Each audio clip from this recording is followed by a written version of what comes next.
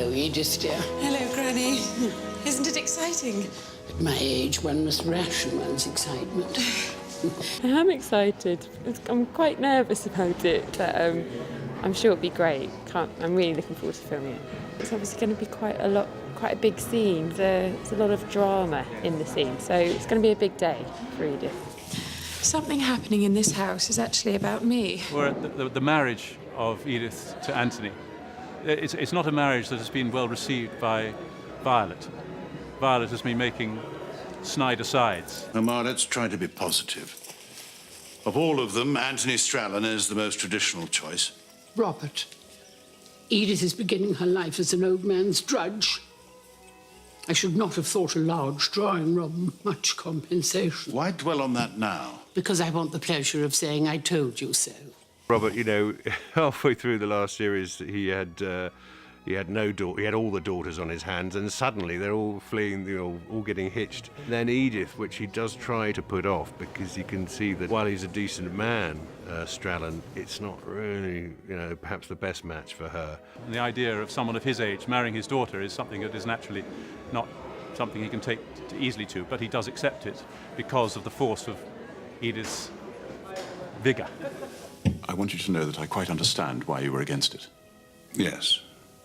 Well, I just hope you believe that I mean to do my level best to make her happy. I do believe that. It was never at all personal, you know. No, of course not. No, it's just because of all this, and I'm far too old. Anthony, the thing is done. There's no point in raking it over. But are you happy about it? I'm happy Edith is happy. I'm happy you mean to keep her happy. You can see what Strallan can see in Edith, but what's extraordinary is what does Edith see in Strallan. And I think the fact is that in 1918, the sort of the pool of men was decimated. How can you not like him because of his age? When almost every young man we grew up with is dead.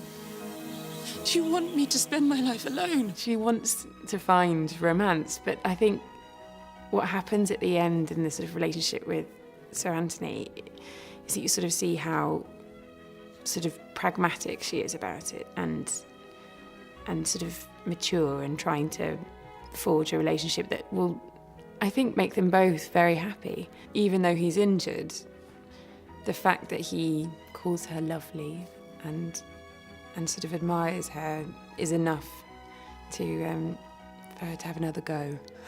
This is it, her chance to not be left alone in the house, but to marry as well. You look beautiful. All of us married. All of us happy. And the first baby on the way. Why don't we get the photographer to take a picture of the three of us when we get to the church?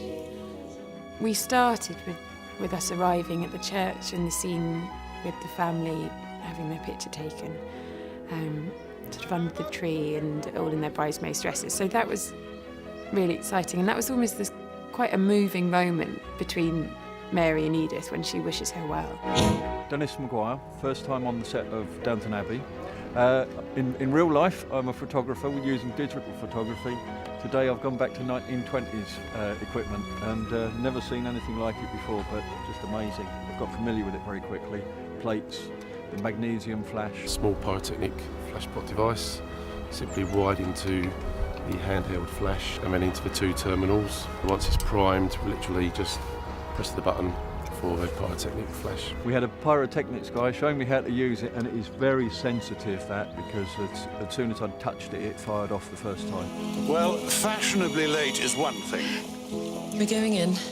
Edith, I know we haven't always got along, and I doubt things change much in the future, but today, I wish you all the luck in the world.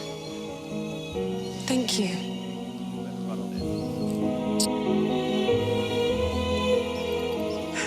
There's still that slight cattiness between them, but I think it's softened slightly.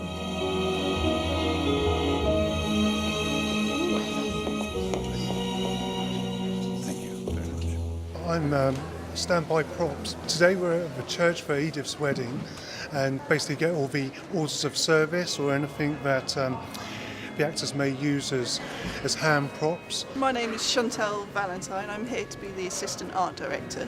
You've got to be an expert in your in your period knowledge. And you make sure the shots look beautiful, everything's in its place. Well, the order of service that we've got involved in this is very similar to Mary's and Matthew's, what they had. We had Julian Fellows right from the beginning, had an input in what he wanted the design to look like and to be. So we just followed on from that, really. It does give you that sort of butterfly feeling of this is it now and this is Edith's big day. I think from my very first fitting with Laura, I knew how I wanted it to look. Quite simple in style. It's the application of the applique and working that out that took the time. Edith's dress, Laura looked stunning. I want that. I want that dress. I was excited to see Laura in her dress, and she looked really beautiful and really different. Caroline, sort of, who is our costume designer this year, has made sort of a few choices in what shapes we're going with Edith. So we carried it on. In fact, even this dress, this sort of sweeping, almost Grecian thing, was something that she wanted to mirror in the wedding dress. And she also found this original train, which is beautiful and embroidered with silver beads and incredible. So we wanted to use that and try and lift some of the motifs into the dress. Caroline McCall, who does the costumes, and Maggie Vaughan, who does our makeup this year, I mean, they have been so meticulous in their planning. It's a really hard scene, and I wanted Strallan's reaction to be, she's so beautiful, I can't do this. I wanted it to be that rather than it being Edith is playing Jane and he's run away, because she's not. She's absolutely beautiful. What wells up in poor old Anthony is this great sense of honour. All the reservations that he had in earlier scenes come bubbling to the fore, and he does a runner. I was sitting at the back with a bunch of the downstairs staff who unfortunately had hangovers, so they were not very entertaining company on that day. But then, of course, she got jilted. She got jilted at the altar. Dearly beloved, we are gathered... I can't do this. What? I can't do it. There are lucky people, and there are unlucky people. There is a modern illusion that if you are born privileged or born rich or whatever it is, that you're on a kind of glissando and everything's going to be fine from then on, as if that's all there is. But of course this is absolute nonsense, and I felt it was quite interesting to make one of the daughters of the house be the unlucky one, as opposed to the kind of kitchen maid or something. You have that sort of audience awareness that they're feeling sorry for someone who in life wouldn't occur to them to feel sorry for.